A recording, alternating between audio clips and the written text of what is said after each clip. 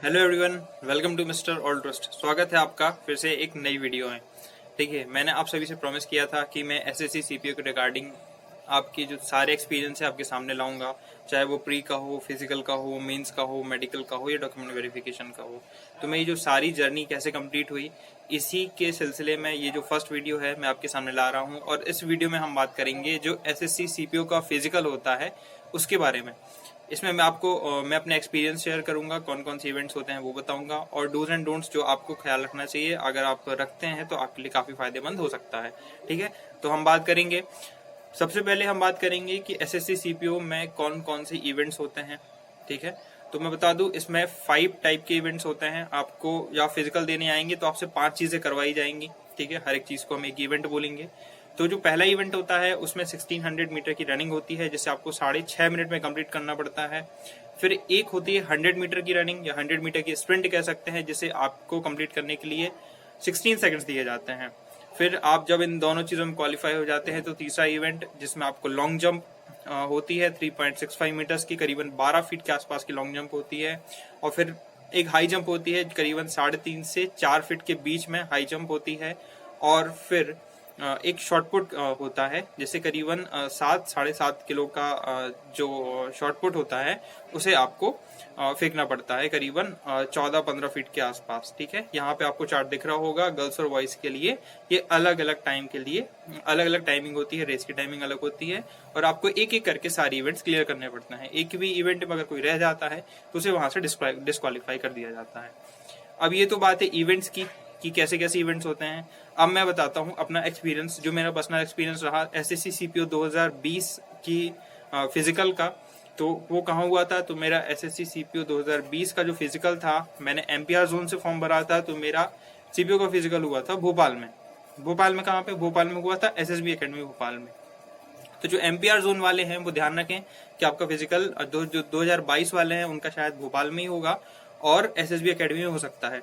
2019 वालों का भोपाल में ही हुआ था सीआईएसएफ एकेडमी में, और 2020 वालों का हुआ था एसएसबी एकेडमी में। तो दोनों ही जगह में बता दूं, जो 2019 वाले थे उनको भी रोड पे रनिंग करवाया गया था, और जो 2020 वाले थे हमको भी रोड पे ही रनिंग करवाया गया था। तो आपको पहले मेंटली प्रिपेयर होकर आना है। आपको प्रैक्टिस दोनों जगह करनी है। पहली बात तो ग्राउंड पे ही प्रैक्टिस करनी है, जिसमें आपको 400 मीटर के 4 लैप्स मिलेंगे। मतलब आपको 400 मीटर के 4 राउंड कंप्लीट करने पड़ेंगे 6.5 मिनट के अंदर। तो वो भी आपसे करवाया जा सकता है, या फिर आपको रोड रनिंग भी करवाई जा सकती है। मतलब एक 1600 मीटर का सीधा ट्रैक दे दे, जैसे हमें दिया गया था। 1600 मीटर का एक ट्रैक था, इसमें थोड़ा सा उतार चढ़ाव थे, ऊपर नीचे थे, लेकिन हमको सीधा ही जाना था। और जो 2019 वालों के थे उनको पहले 800 मीटर जाना था और फिर 800 मीटर वापस आना था।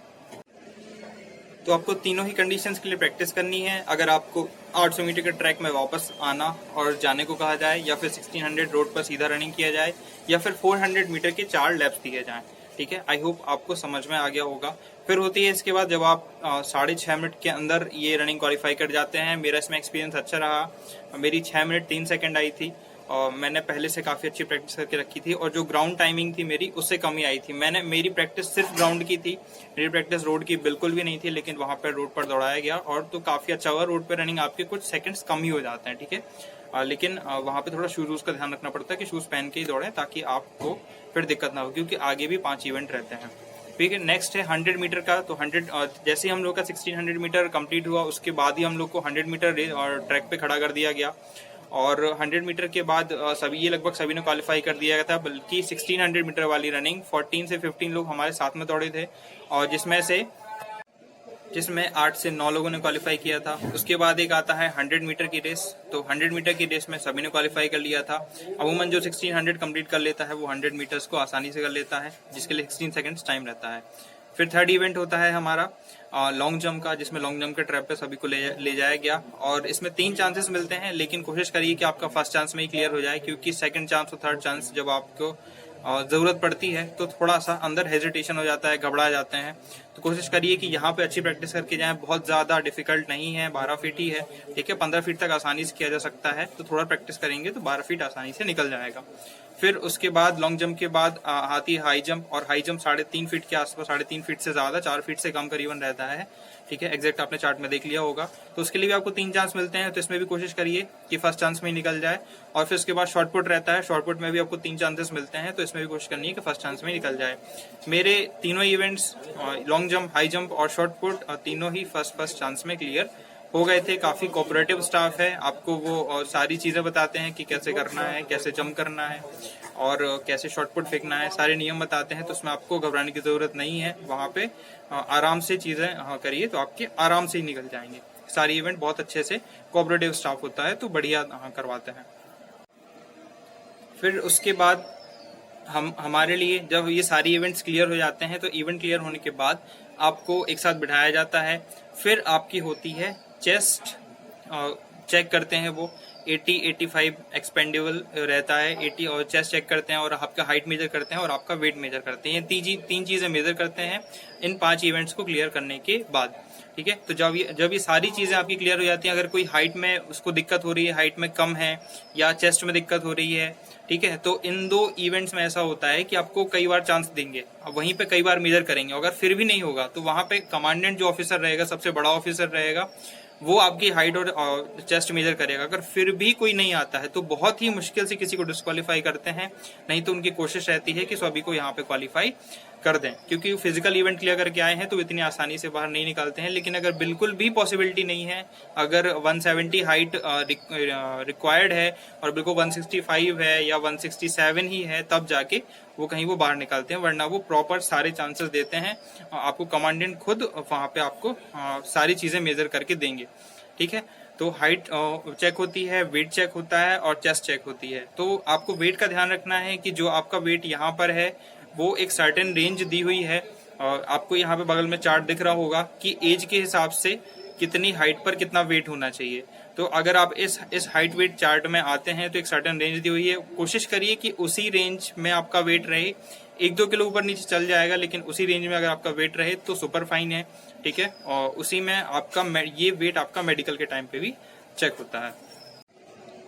मेडिकल के टाइम पे चेक होने से क्या मतलब है, जब आपका मेंस हो जाएगा और जब आप मेडिकल के लिए जाएंगे तो उसमें वेट का रहता है। अगर आप इस हाइट वेट चार्ट के अकॉर्डिंग मेडिकल में ज्यादा वेट में आते हैं तो वहां पे डिस्क्वालीफाई कर सकते हैं। इसलिए आप अपना वेट इस हाइट वेट चार्ट के अकॉर्डिंग लेके चलिए। अगर कम है 2-3 किलो तो चल जाता है, ज्यादा है 1-2 किलो तो भी चल जाता है, लेकिन बहुत ज्यादा डिफरेंस नहीं होना चाहिए। वैसे ही बहुत बड़ा variation already height weight chart में अवेलेबल है।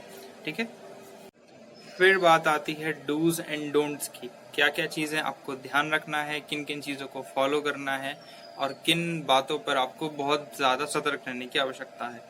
ठीक है, पहली बात तो कि एसएससी सीपीओ का जो फिजिकल होता है, फिजिकल की डेट 3 से 4 महीने पहले नहीं बताई जाती है। तो अगर आप प्री दे के आए हैं और प्री की आंसर की आ गई है, आंसर की आने के बाद ही आपको रनिंग स्टार्ट कर देनी है। जिनकी रनिंग पहले से नहीं है, जैसे मैंने इसके पहले किसी भी फिजिकल के लिए तैयारी नहीं की थी, तो और ना ही मैंने कभी आर्मी वगैरह के लिए भर्ती दी, तो मेरी फिजिकल मतलब मैंने कभी प्रिपेयर नहीं किया था। तो जब वैसे ही आंसर की आई, मुझे मालूम था कि कुछ टाइम मुझे मिलने वाला है। ठीक है, तो मैंने आंसर की के बाद ही फिजिकल के लिए तैयारी करना स्टार्ट कर दी थी। रोज सुबह मैंने एक टाइम के लिए मैं रनिंग करने लगा था। फिर जब इसका रिजल्ट आया तो रिजल्ट आने के बाद यही रनिंग मैंने 2 टाइम कर दी थी। ठीक है, तो आपको ये ध्यान रखना है कि जब रिजल्ट आएगा प्री का, तो फिजिकल के लिए बहुत ज्यादा दिन मिलते नहीं है। ठीक है, सीधा आपको एक डेट देंगे कि इस डेट को सीधा एडमिट कार्ड आ जाएंगे और आप फिजिकल के लिए अपेयर होगे। ऐसा मतलब 20-25 दिन का आपको गैप मिलेगा, आपको पता चलेगा कि फिजिकल मेरा इस दिन है।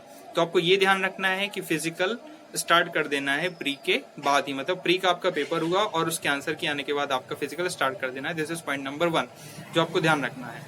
दूसरा पॉइंट क्या है जो आपको ध्यान में रखने की जरूरत है कि जो आप फिजिकल करते हैं उसमें आपको कोई इंजरी ना हो, इस बात का ख्याल रखिएगा।